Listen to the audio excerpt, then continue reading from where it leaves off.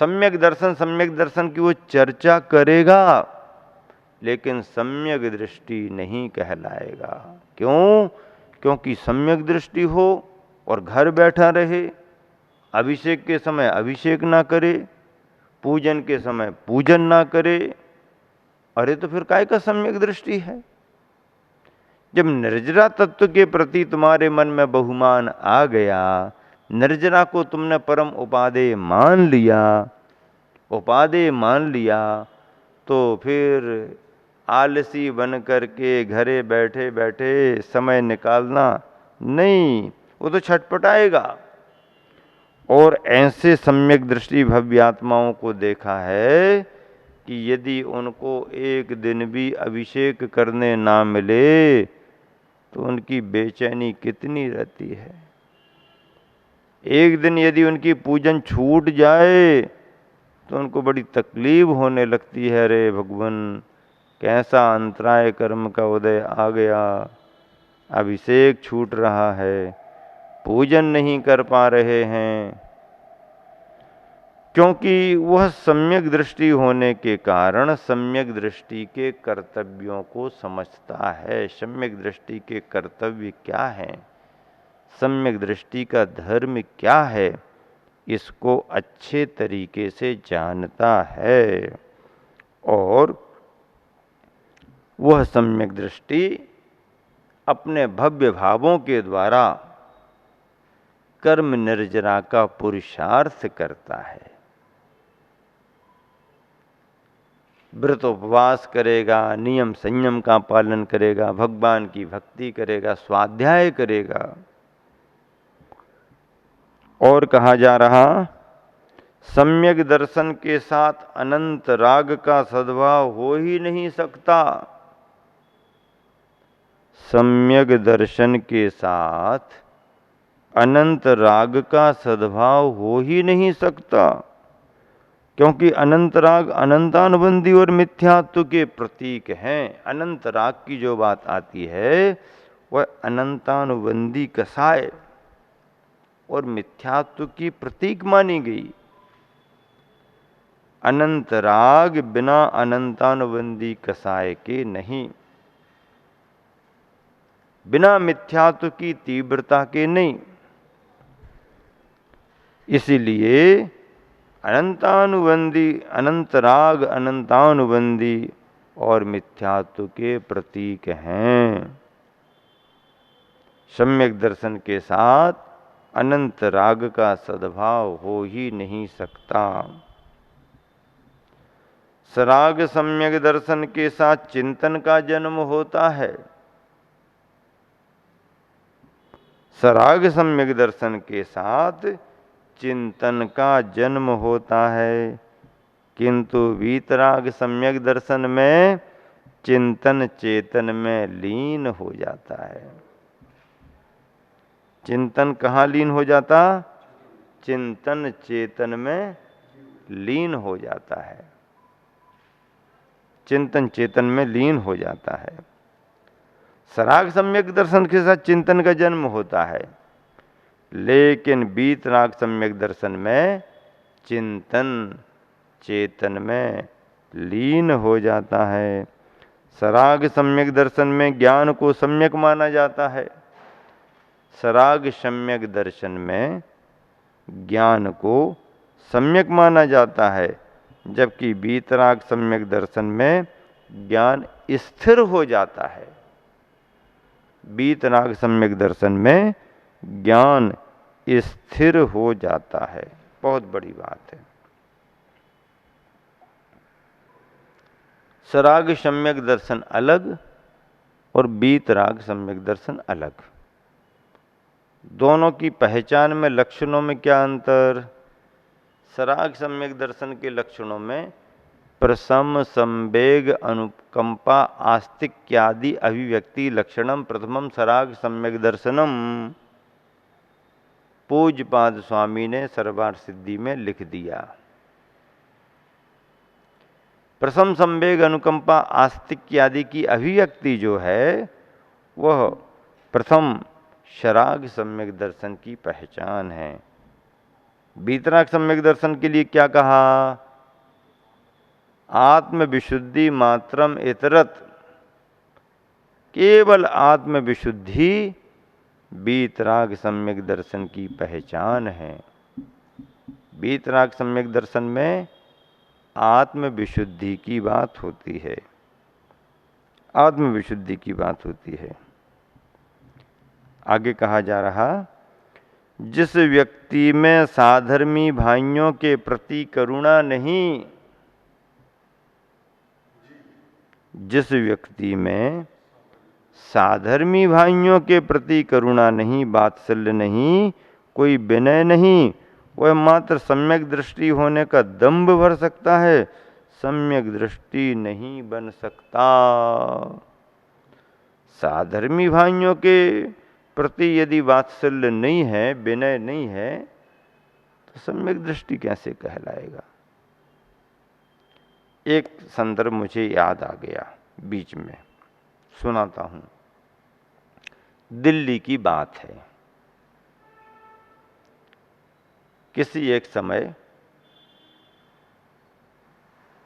जैन समाज में श्रेष्ठी परिवार में पारिवारिक कुछ अच्छा समय आया।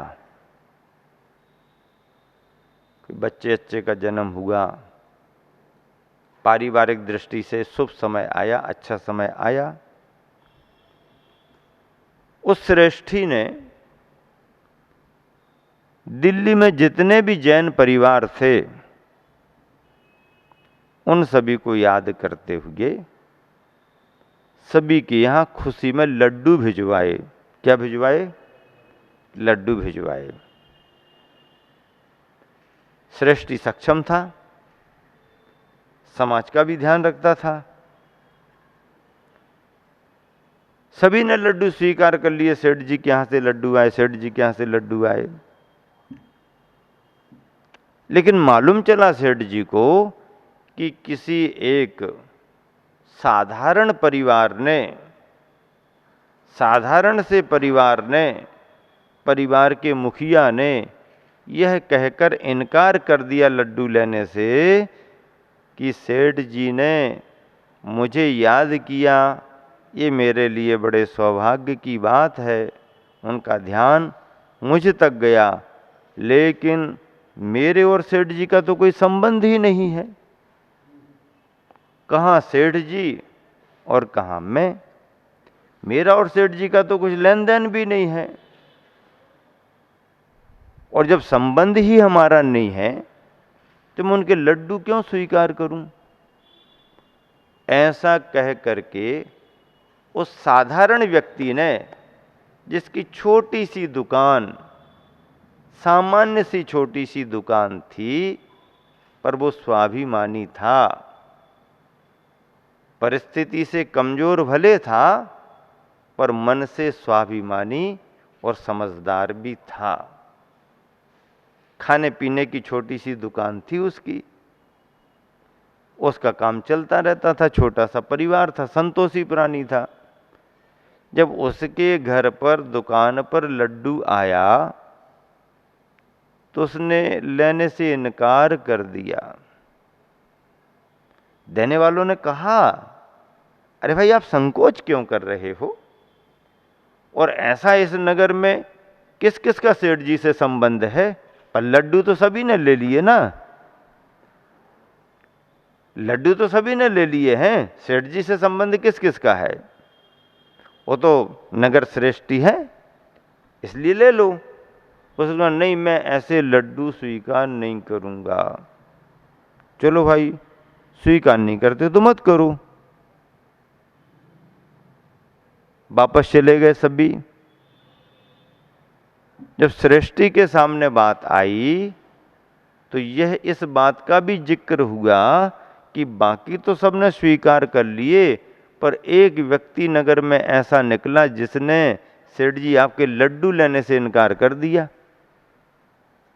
अब सेठ जी को लगा हमारे लड्डू नहीं लिए, लोग तो हमसे बात करने को तरसते हैं, लोग तो हमारे पास में कितनी समस्याएं लेकर के आते, सबका समाधान करता हूं, और ऐसा कौन सा व्यक्ति है जिसने समाचार सुनने के बाद भी मेरे लड्डू स्वीकार नहीं किए, क्या बात है, अहंकारी होगा वो? नहीं सेठ जी, अहंकारी नहीं था वो। तो क्या मुझे वो नहीं जानता? नहीं, वो आपको जानता भी था। फिर क्या कह करके इनकार कर दिया? उसने विनम्रता से ये कह करके इनकार किया कि सेठ जी ने मुझे याद किया, ये तो मुझ गरीब के लिए सौभाग्य की बात है, पर इतने बड़े धनी मानी श्रेष्ठी से हमारे तो कोई खान पान के संबंध ही नहीं है, लेन देन ही नहीं है, तो उन श्रेष्ठी के इन लड्डुओं को मैं कैसे स्वीकार कर लूं? अच्छा ऐसी बात है, कोई बात नहीं। सेठ जी बड़े समझदार थे, चाहते तो वो कुपित हो सकते थे, उसे दंड भी दे सकते थे, लेकिन सेठ जी समझते थे। और इस बात को जब उन्होंने सुना और समझा तो कुपित होने की बजाय उनके मन में उसके प्रति स्नेह भाव जागा। और फिर उन्होंने अपने उन्हीं नौकरों से कहा कि देखो चलो, तुम्हारे से उसने लड्डू नहीं लिए तो मैं खुद उसको लड्डू देने के लिए जाऊंगा। अपने यहाँ खुशी का समय है, समाज का कोई भी सदस्य अपनी खुशी से वंचित ना रह जाए। समाज का कोई भी सदस्य अपनी खुशी से वंचित ना रह जाए। यदि उस स्वाभिमानी ने यह कहकर के इनकार कर दिया कि मेरा तो कोई खान पान का संबंध नहीं है, तो चलो अच्छी ही बात कही उसने, अब मैं चलता हूं उसको देने के लिए। सेठ जी ने बग्गी तैयार कराई, टोकरे में सामान लड्डू रखे और उन्हीं के साथ में उसकी दुकान के सामने पहुंच गए।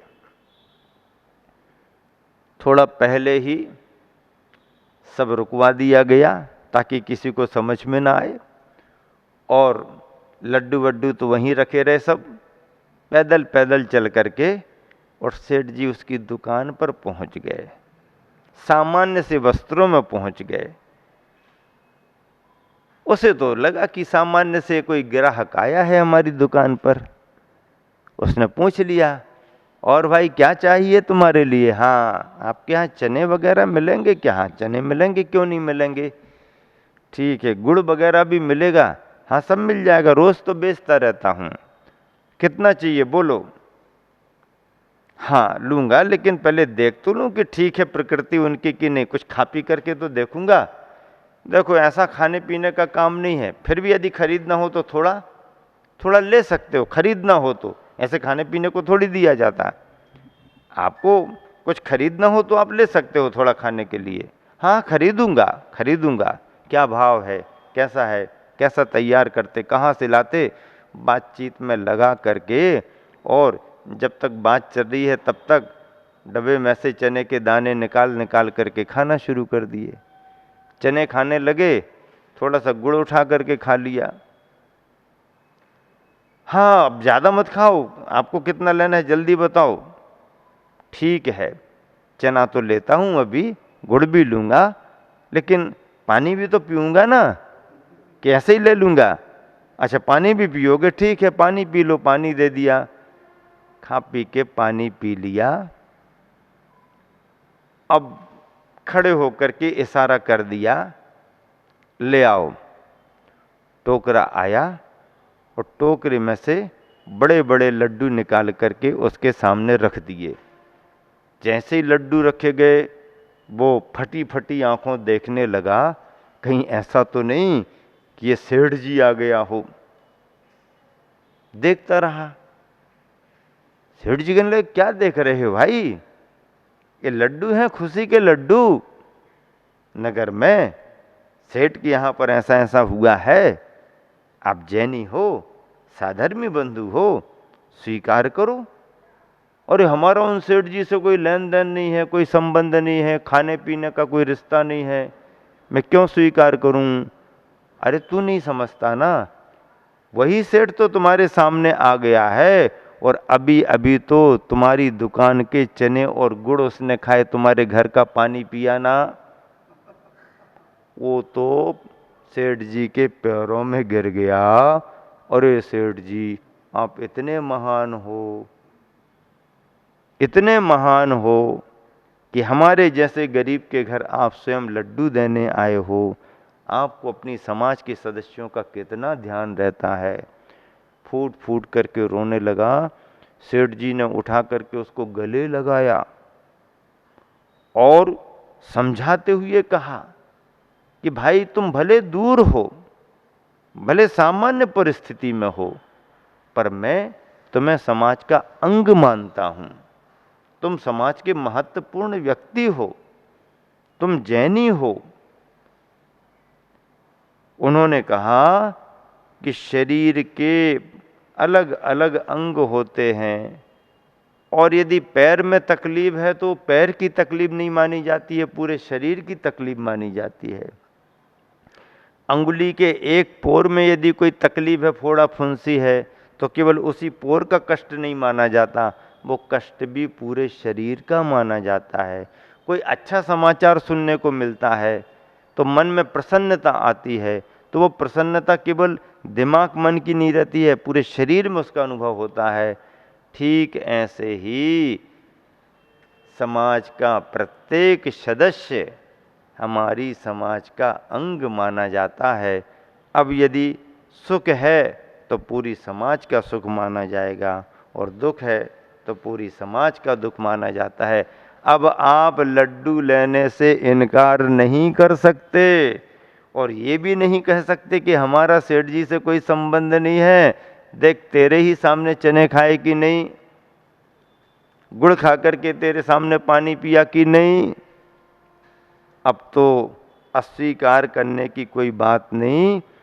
सेठ जी की इतनी महानता देख करके, उनका इतना साधर्मी के प्रति प्रेम भाव देख करके, वह साधारण सा ग्रस्त तो पानी पानी हो ही गया, बल्कि ऐसा करने से सेठ जी की भी सारे नगर में चर्चा हो गई कि समाज का मुखिया हो तो ऐसा ही होना चाहिए। समाज का मुखिया ऐसा ही होना चाहिए जिसकी नज़र में बड़े बड़ों के साथ साथ छोटे छोटों का भी ध्यान बना रहे। यही उसकी श्रेष्ठता मानी जाती है। ये दिल्ली की सत्य घटना है और ऐसे ऐसे श्रेष्ठी इस समाज में हो चुके हैं। संपन्नता के भी बहुत अच्छे उदाहरण हैं, तो गरीबों ने भी बड़े बड़े आदर्श प्रस्तुत किए हैं। गरीबों ने भी, भले उनके लिए कर्म के कारण, परिस्थिति के कारण गरीबी रही, पर उन्होंने अपना स्वाभिमान नहीं खोया और स्वाभिमान ही सबसे बड़ा व्यक्ति का धन माना जाता है, इससे बड़ा कोई धन नहीं है। ऐसा स्वाभिमानी कहता है, ऐट ज़्यादा बात मत कर, तू अपने महल का राजा होगा, मैं अपनी कुटिया का राजा हूँ। क्या कह देता है? ज़्यादा बढ़ चढ़ करके बात मत कर, अहंकारी भाषा बोलता है। तू अपने महल का राजा है तो मैं भी अपनी कुटिया का ही राजा हूँ। महल और कुटिया तो देखने की बातें हैं, राजा तो राजा ही होता है। स्वाभिमानी व्यक्ति ऐसी बात कर देता है। ऐसे अनेक उदाहरण समय समय पर घटित होते आए हैं और यही उदाहरण हमारे को सम्यक ज्ञान की प्रेरणा देते हैं, सच्चे ज्ञान की प्रेरणा देते हैं।